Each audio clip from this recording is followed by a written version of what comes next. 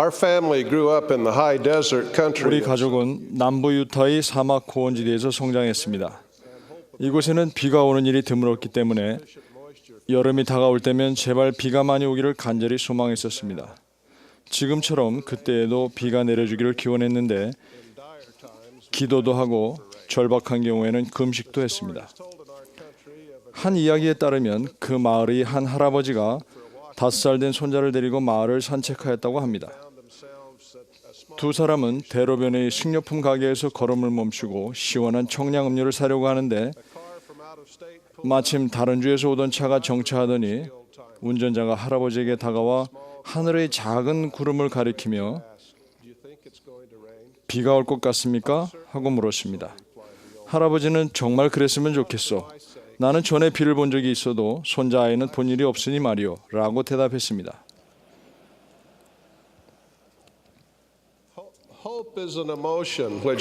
마음의 소망을 품으면 우리의 일상생활은 풍요로워집니다. 소망은 만사가 잘 될 것이라는 바람으로 정의할 수 있습니다. 소망을 지니면 희망과 자신감을 갖고 기대하게 됩니다. 따라서 소망을 지니고 미래의 일을 자신감을 갖고 기대할 때 우리의 삶은 차분해집니다.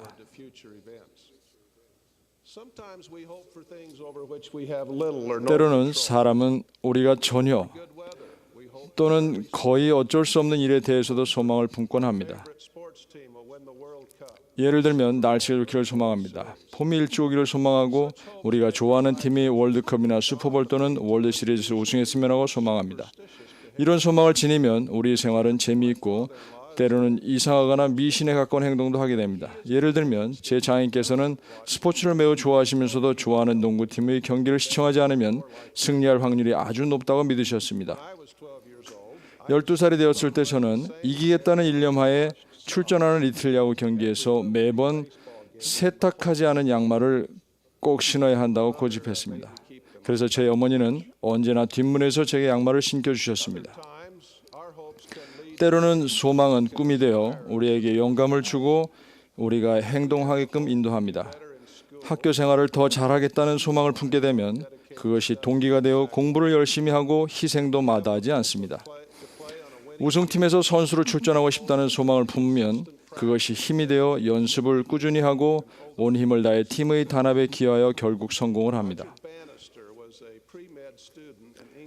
영국에서 의예과 학생이었던 로저 베니스터에게는 큰 소망이 있었습니다.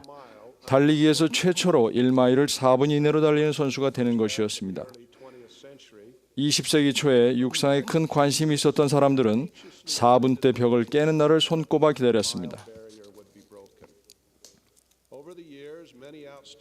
기나긴 세월 동안 다수의 걸출한 주자들이 마의 4분벽을 넘을 뻔했으나 문턱에서 주저앉고 말았습니다. 베니스터는 세계 신기록을 세우려는 소망을 품고 의욕적으로 강도 높은 훈련에 온 힘을 다 쏟았습니다.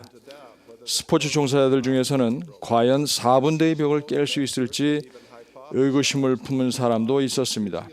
전문가라고 자처하는 사람들도 인간이 1마일을 4분 이내로 달리는 것은 이론적으로 불가능하다고 떠들었습니다. 로저 베니스터의 원대한 소망은 1954년 5월 6일 흐린 날에 마침내 실현되었습니다. 그는 3분 59초 4 만에 결승선을 통과하여 세계 신기록을 세웠습니다. 4분대의 벽을 넘겠다는 그의 간절한 소망은 그가 온몸을 던져 집중적으로 훈련한 끝에 성취되었습니다. 소망은 꿈을 키우고 이에 우리는 자극을 받아 꿈을 실현하게 됩니다. 하지만 소망만으로는 성공할 수 없습니다. 뜻은 좋았으나 게으름 때문에 꽃을 피우지 못하고 사라진 훌륭한 소망도 많이 있었습니다.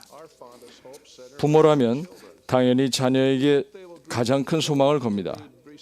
자녀가 자라서 책임감 있고 의로운 삶을 살아주기를 바라게 됩니다.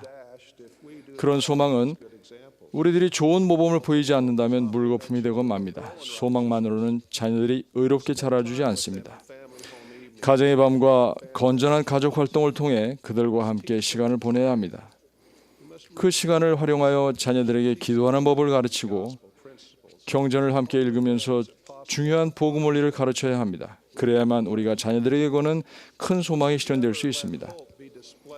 소망의 자리에 절망이 들어서게 하면 안 됩니다. 사도 바울은 우리가 소망을 가지고 밭을 갈아야 한다고 기록했습니다. 소망을 품으면 우리 인생이 풍요로워지고 미래를 기대하는 데 도움이 됩니다.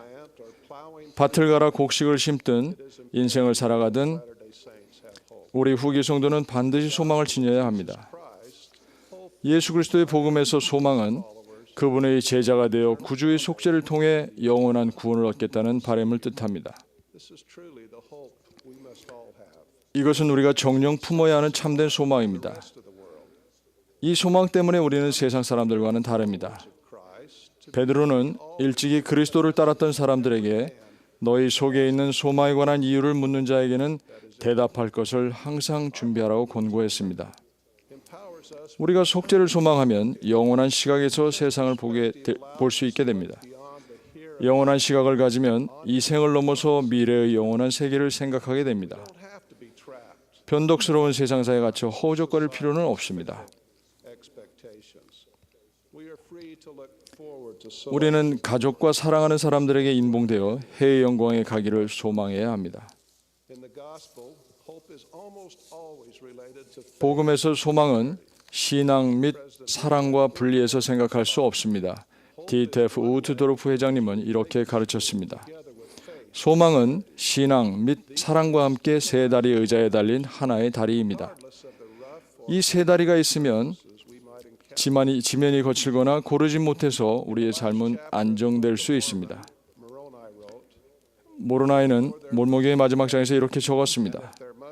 그런즉 반드시 신앙이 있어야 하며 반드시 신앙이 있어야 할진대 또한 반드시 소망이 있어야 하며 반드시 소망이 있어야 할진대 또한 반드시 사랑이 있어야 하느니라.